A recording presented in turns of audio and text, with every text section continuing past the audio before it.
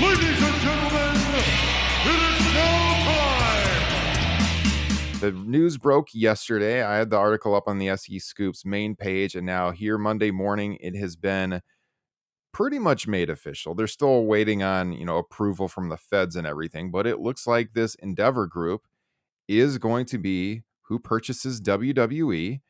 Vince McMahon, came back into the fold in January. The word was he was coming back to facilitate this sale. Things picked up this weekend in Los Angeles. WWE had a lot of interest in the sale, a lot of media people out there in Los Angeles meeting with them. And yes, Sunday afternoon, Alex Sherman from CNBC broke the news. They made it official this morning. I mean, less than an hour ago, I guess, at this point.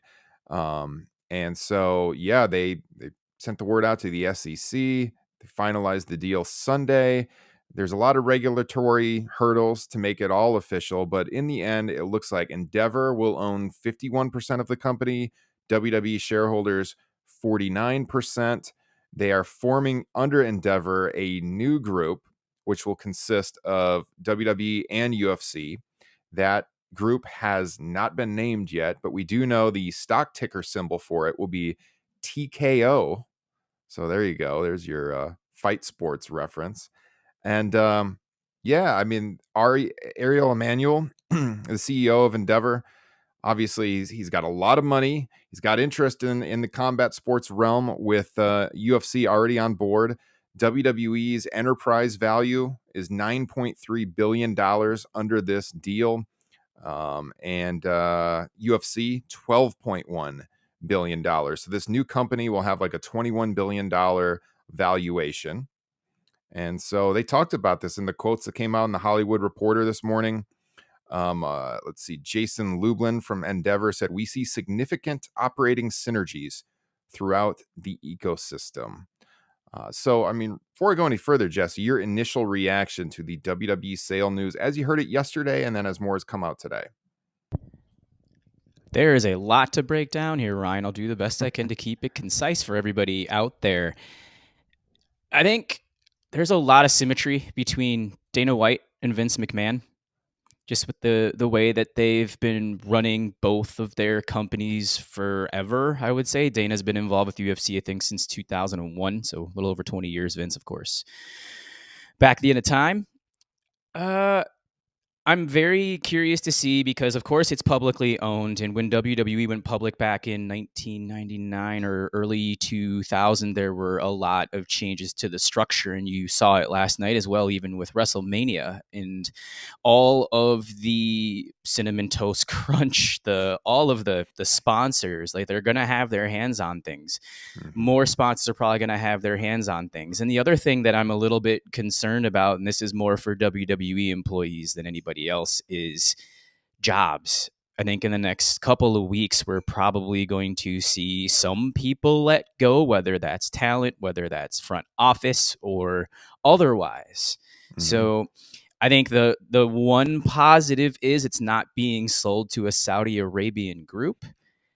However, the UFC does go to Saudi Arabia as well. They have gone overseas to Asia just because it's a big time money market for them. It's a big grab. It's something that the WWE, at the end of the day, it's a business, and doesn't matter from time to time if ethics fall by the wayside. So there are a few positives, there are a few negatives. It's more of a wait and see approach. Yeah, for sure. Endeavor, I mean, they've had this reputation with UFC of kind of lowballing fighters with their pay, so that does not bode well for WWE talent. UFC pay-per-view prices have gone way up under Endeavor. There's a lot of discussion out there of what this could mean for the WWE premium live events. Is pay-per-view coming back? It's way too early to tell right now. Obviously, we were just talking about this off air. The Peacock deal, when they signed that, was 5 years. So we don't know what the contracts look like for the agreements there and, how that's going to work out with their live event structure. But that's a fear for fans because you get used to your $10 a month or $5 a month or whatever you're paying for Peacock to see these events every single month. And I cannot imagine a scenario where I'm going to pay $60 a month to watch WWE live event. It's just not going to happen. So if that happens, we will not be reviewing every pay-per-view on this broadcast, because unless I watch it through other means, there's zero chance I would pay monthly for these shows. I mean, how about you? This is exactly where I think your SE Scoops pull is going to come into play, Ryan. You got to ask him to fit the bill, I think. Yes. And this is why the pay-per-view model for All Elite Wrestling works, is because they do it quarterly. Whereas Yes. WWE switched to the monthly format, I believe, in '95 with the first In Your House.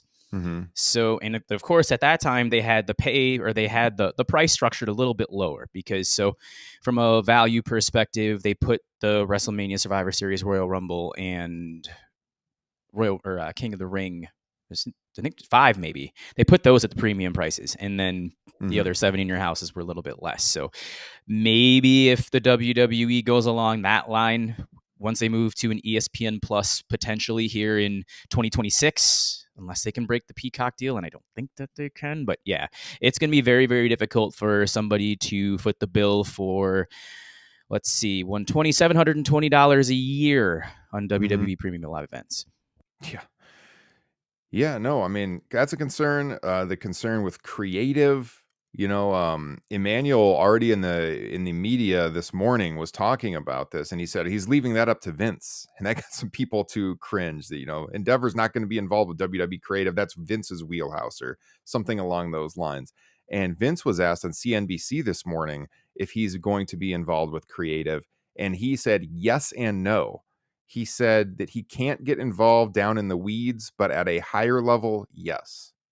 And that does not sound good, Jesse. So we shall see what happens with WWE Creative. Apparently, Vince is, if he's not on it right now, he was going to address on CNBC the scandals, which pushed him out of the company. So I don't know what he said in regards to that, but he's already been out there, making the rounds this morning.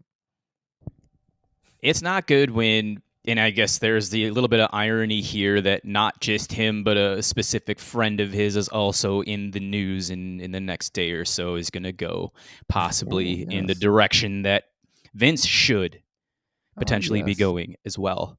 Yes. Yes, Scary. Indeed. So yeah, this new group then that will combine UFC and WWE under the initials TKO on the stock exchange. Basically, what the corporate structure is going to look like: you got Ari Emanuel, who will be the chief executive of Endeavor and the new company at the very top. Patrick Whitesell will be the Endeavor executive chairman. Mark Shapiro, president of Endeavor. And then McMahon will be the executive chairman of this new company. Nick Khan will be president of WWE, and Dana White will be president of UFC. There will be a new 11-person board established this year for the new company that will include 6 people from Endeavor, 5 people from WWE. So that's what we know right now as of 9:15 Central Monday morning. I'm sure as the day goes on, more will get out there, but we thought we should talk about it right away. It's in the news right now.